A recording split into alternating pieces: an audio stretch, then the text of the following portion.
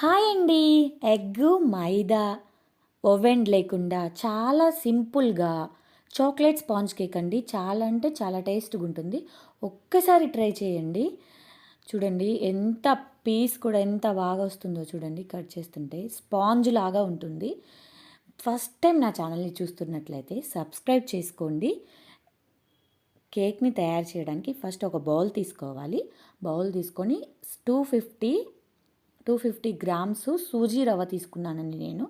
Same అదే బౌల్తో half bowl sugar తీసుకున్నానండి.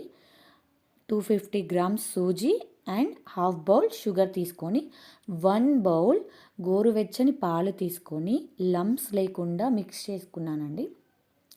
సూజీ రవ్వ ఒక 5-10 మినిట్స్ నానపెడితే బాగా నానిపోతుందండి. మెత్తగా కొంచెం రవ్వ, పాలు, షుగరు మెల్ట్ అయిపోతాయి. కొంచెం మెత్తగా అయిన తర్వాత ఒక 10 మినిట్స్ అయితే నానబెట్టాలండి.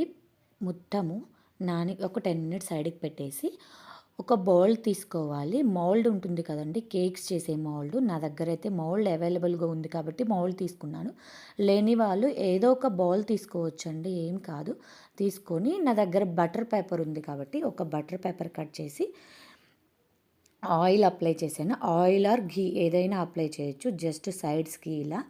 మీ దగ్గర బటర్ పేపర్ లేకపోయినా పర్వాలేదండి. ఒక బౌల్ తీసుకొని ఇలా మౌల్డ్ లాగా ఏదైనా షేప్లో ఉన్న ఒక గిన్నెని తీసుకొని ఫస్ట్ కొంచెము ఆయిల్ ఆర్ ఘీ అప్లై చేసేసి కొంచెం మైదా వేసేసి డస్టింగ్ చేయండి, అయిపోతుంది అంతే అండి. చూడండి బాగా నానిపోయింది కదా. ఈ నానిపోయిన దాన్ని 1-2 సార్లు కొంచెం కలపండి. నానిన తర్వాత ఇదేమవుతుందంటే థిక్‌గా అయిపోతుంది. కలిపిన తర్వాత నేనైతే half tablespoon vanilla essence వేసానండి. Half tablespoon vanilla essence వేసి మళ్ళీ ఇంకొకసారి కలపండి. కలిపిన తర్వాత నేనైతే 2 టేబుల్ స్పూన్స్, కరెక్ట్ మెజర్మెంట్స్ చెప్తున్నానండి, సేమ్ ఇంతే చేయండి. 2 టేబుల్ స్పూన్స్ గోధుమ పిండి వేసానండి. 2 టేబుల్ స్పూన్స్ గోధుమ పిండి వేసుకొని మళ్ళీ ఒకసారి మిక్స్ చేయండి. వెనిలా ఎసెన్స్ అండ్ గోధుమ పిండి మిక్స్ చేయండి. రెండు కలిసే వరకు మిక్స్ అయిన తర్వాత ఒక మిక్సర్ జార్ తీసుకొని థిక్ కన్సిస్టెన్సీ అనిపిస్తే ఒక 2-3 టేబుల్ స్పూన్స్ పాలు యాడ్ చేసుకోండి. కాచి చల్లార్చిన పాలు మాత్రమే యాడ్ చేయండి. యాడ్ చేసి మెత్తగా మిక్సీలో పట్టాలి.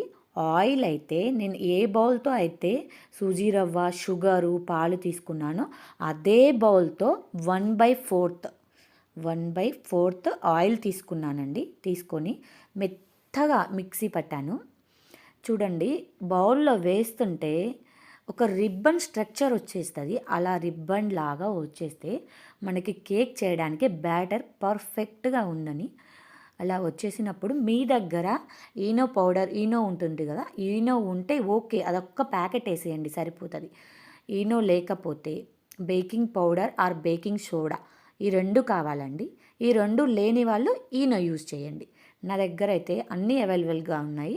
నేనైతే ఎప్పుడు బేకింగ్ పౌడర్, బేకింగ్ సోడా ఎక్కువ యూజ్ చేస్తాను. అందుకని 1 table spoon baking soda and half table spoon baking powder 2 వేసానండి. బేకింగ్ సోడా, బేకింగ్ పౌడర్ 2 వేసాను. వేసి కట్ అండ్ ఫోల్డ్ మెథడ్లో మిక్స్ చేయండి. Baking powder and baking soda 2 activate అవ్వడానికి నేను లెమన్ జ్యూస్ వేసానండి. 2 or 3 table spoons lemon juice వేస్తే మనం వేసిన baking powder, baking soda activate అయ్యి మనం చేసే కేకు బాగా పొంగి స్పాంజ్ లాగా వస్తుందండి.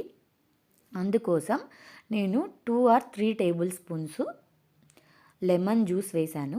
వేసి కట్ అండ్ ఫోల్డ్ మెథడ్లోనే చూడండి, ఒక్కసారి నేను కలుపుతుంటేనే ఆ బేకింగ్ సోడా యాక్టివేట్ అయిపోయి బబుల్స్ లాగా వచ్చేస్తుంది. అలా యాక్టివేట్ అయితే మనకి కేక్ బ్యాటర్ రెడీ అయినట్లేనండి.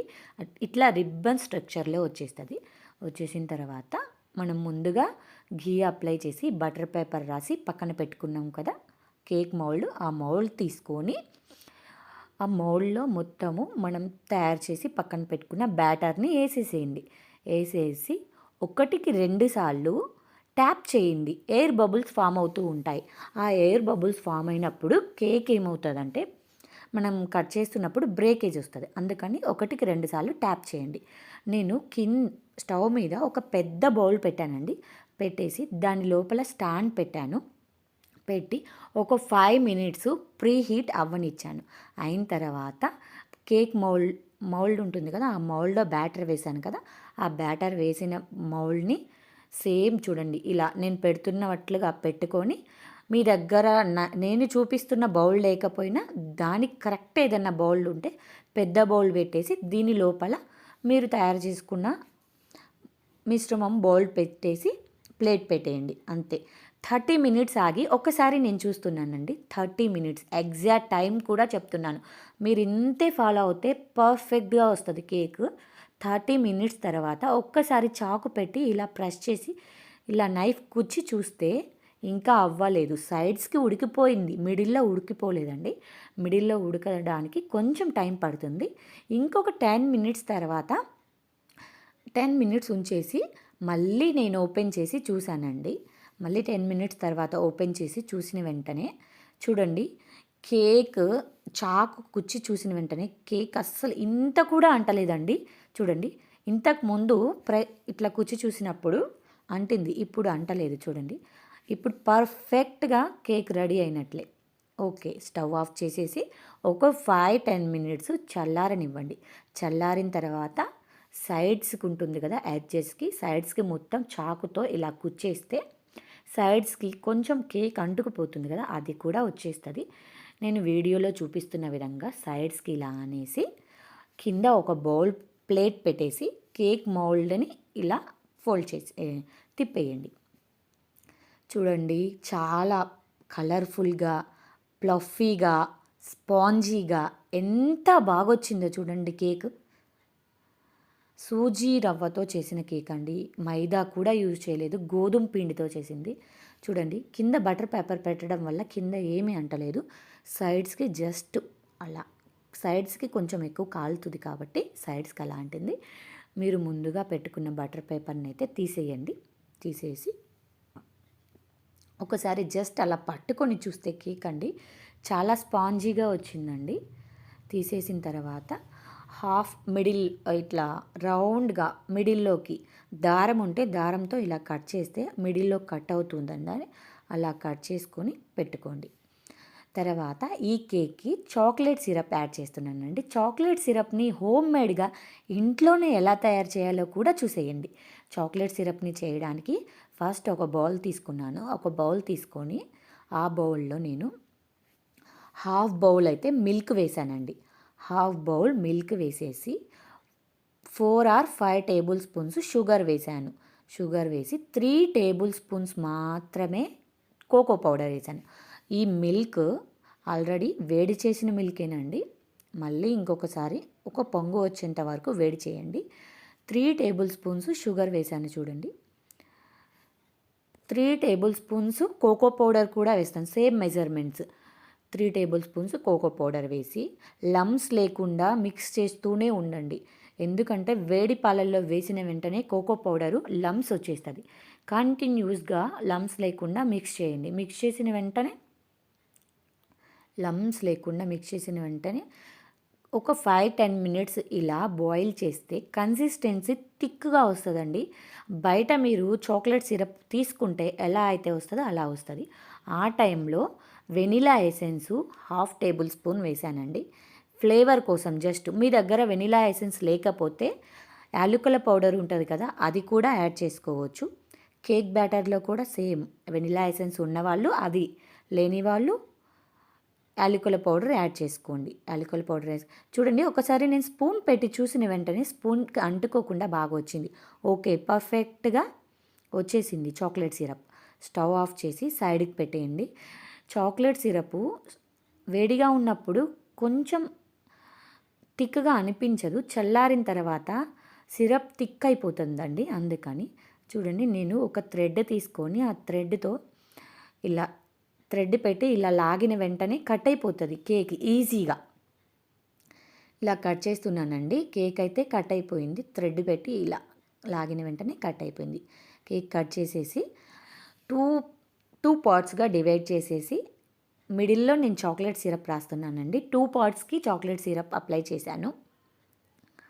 అప్లై చేసేసి 2 పార్ట్స్కి చూడండి మిడిల్‌లో కేకు పచ్చితనమైనా గానీ, ఉడకకుండా ఉండడమైనా గానీ ఏం లేదండి. వేడిగా ఉన్నప్పుడే చాక్లెట్ సిరపు 2 పార్ట్స్‌కి అప్లై చేసేయండి ఇలా. అప్లై చేసేసి మళ్ళీ కట్ చేసుకున్న పార్ట్‌ని దాని మీద వేసేసి, పైన కూడా నేను చాక్లెట్ సిరప్‌ని అప్లై చేస్తున్నానండి. పైన కూడా చాక్లెట్ సిరప్‌ని అప్లై చేసేసి, మీకు కావాలి అంటే పైన డ్రై ఫ్రూట్స్ ఏమన్నా కావాలి అంటే యాడ్ చేసుకోవచ్చు. టూటీ ఫ్రూటీ కావాలి అంటే యాడ్ చేసుకోవచ్చు. మీ ఇష్టం అండి. ఏమైనా ఆప్షనల్ ఏమైనా యాడ్ చేసుకోవచ్చు. నేనైతే జస్ట్ చాక్లెట్ సిరప్‌ని పైన కూడా యాడ్ చేస్తున్నానండి. యాడ్ చేసి మొత్తానికి సైడ్స్‌కి, పైన మొత్తం chocolate syrup. Homemade chocolate syrup. No chemicals. చాలా అంటే చాలా హెల్తీగా ఇంట్లోనే కేక్ తయారు చేసుకొని, ఈ హ్యాపీ న్యూ ఇయర్‌కి మీ పిల్లలకి, మీ ఫ్యామిలీ మెంబర్స్‌కి అందరికీ ఒక్కసారి చేసి పెట్టండి. చాలా అంటే చాలా హెల్తీగా ఇంట్లోనే చేసి పెట్టుకోవచ్చు. ఇలా చాక్లెట్ సిరప్ సైడ్స్‌కి రౌండ్‌గా అప్లై చేసిన తర్వాత లాస్ట్ అండ్ ఫైనల్‌లో మీ దగ్గర ఏమైనా డ్రై ఫ్రూట్స్ ఉంటే యాడ్ చేయండి. నేనైతే స్ప్రింకిల్స్ యాడ్ చేస్తున్నానండి.